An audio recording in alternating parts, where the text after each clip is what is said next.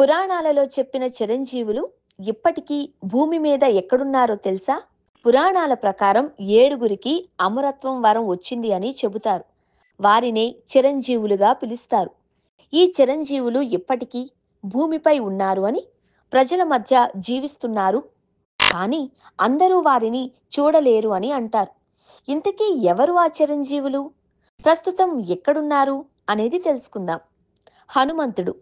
కలియుగంలోనూ హనుమంతుడు జీవించే ఉన్నాడు అని ఇప్పటికీ చాలా మంది నమ్ముతూ ఉంటారు. శ్రీరాముడు తన నివాసానికి తిరిగి వెళ్లే ముందు హనుమంతుడికి అమరత్వం వరం ప్రసాదించాడు. వివిధ నమ్మకాల ప్రకారం శ్రీరాముని నామం జపించిన ప్రతి చోట హనుమంతుడు ఉంటాడు. కానీ గ్రంథాల ప్రకారం హనుమంతుడు గంధమాదం పర్వతాలలో నివసిస్తూ రామనామాన్ని జపిస్తూ ఉంటాడు అని అంటారు.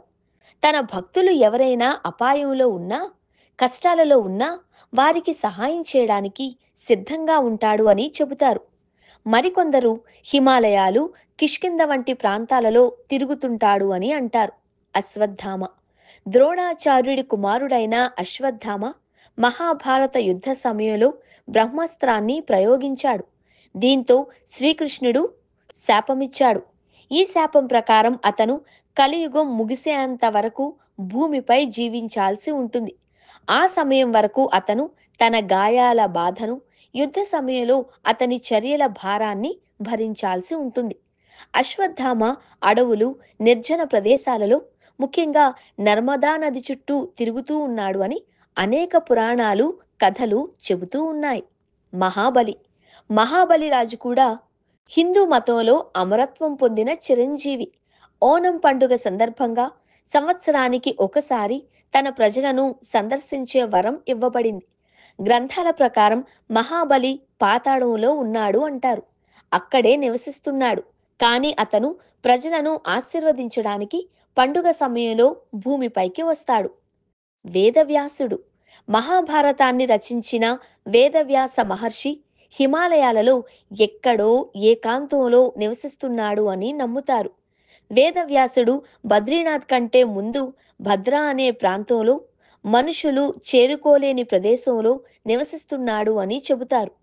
అతను ఇప్పటికీ మహాభారత యుద్ధం జరిగిన ప్రదేశాలకు వస్తాడు అని, ఆధ్యాత్మిక కార్యక్రమాలలో అతని ఉనికి ఉంటుంది అని ప్రజలు విశ్వసిస్తారు. విభీషణుడు. రావణుడి సోదరుడు విభీషణుడు శ్రీరాముడి సైన్యంలో చేరి ధర్మం వైపు నిలబడ్డాడు. అందువల్ల అమరత్వం వరం పొందాడు. విభీషణుడు కూడా చిరంజీవుడు. రావణుడి పరాజయం తరువాత అతనికి లంక పగ్గాలు లభించాయి అని చాలామంది నమ్ముతారు. కృపాచార్య. మహాభారతంలోని గొప్ప ఉపాధ్యాయులు, యోధులలో కృపాచార్యులు ఒకరు.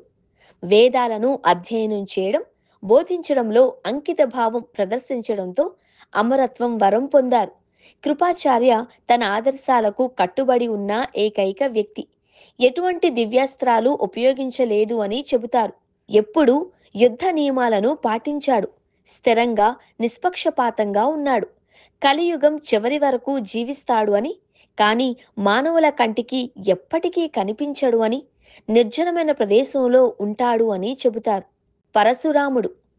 ప్రపంచాన్ని అవినీతి క్షత్రియ పాలకుల నుండి విముక్తి కల్పించేందుకు యోధుడైన పరశురాముడు బాధ్యత తీసుకున్నాడు. తన పనిని పూర్తి చేసిన తర్వాత పరశురాముడు తపస్సు చేసుకుంటూ ఉండిపోయాడు. అతను మహేంద్రగిరి పర్వతాలలో, ఇతర మారుమూల ఆశ్రమాలలో నివసిస్తూ నిరంతరం తన స్థలాలను మారుస్తూ ఉంటాడు అని విస్తృతంగా నమ్ముతారు.